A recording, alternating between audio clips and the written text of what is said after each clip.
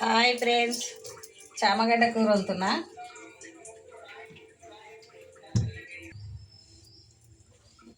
ఉల్లిగడ్డ వేస్తున్నా.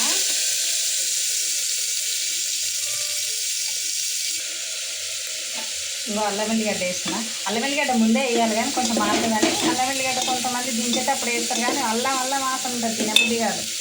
అల్లం ఉడకాలి నూనెలో మంచిగా. కలిమాకు కొత్తిమీర వేస్తున్నా. ఇంకా చామగడ్డ వేస్తున్నా. ఉడకబెట్టి పొట్టు తీసిన చామగడ్డ వేస్తున్నా. పసుపు కారం వేస్తున్నా. ఇంకా టమాటా ముక్కలు వేస్తున్నా. కొంచెం చింతపులుసు కూడా పోస్తా. కొంచెం ఉప్పు వేసిన. ఇంకా చింతపులుసు పోస్తున్నా కొంచెము.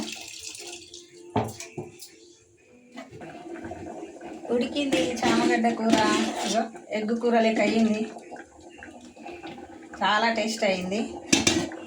మీరు ఎట్లా వండుకుంటారో. చామగడ్డ కూర అయ్యింది, ఇంకో ఎగ్ కూర లెక్క అయ్యింది.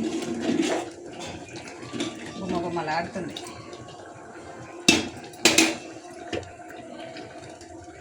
ఫస్ట్ ఉడకబెట్టి పొట్టు తీసిన తర్వాత కొన్ని 2-3 టమాటాలు, 2-3 ఉల్లిగడ్డలు, అల్లం వెల్లిగడ్డ, కలిమాకు, కొత్తిమీర, ఉప్పు, కారం, పసుపు, ఒకటి మళ్ళీ పోసుకేసి కొంచెం ఏంటంటే నేను బగారాకు వేస్తా, అది ఆరోగ్యానికి మంచిదని పోపులా.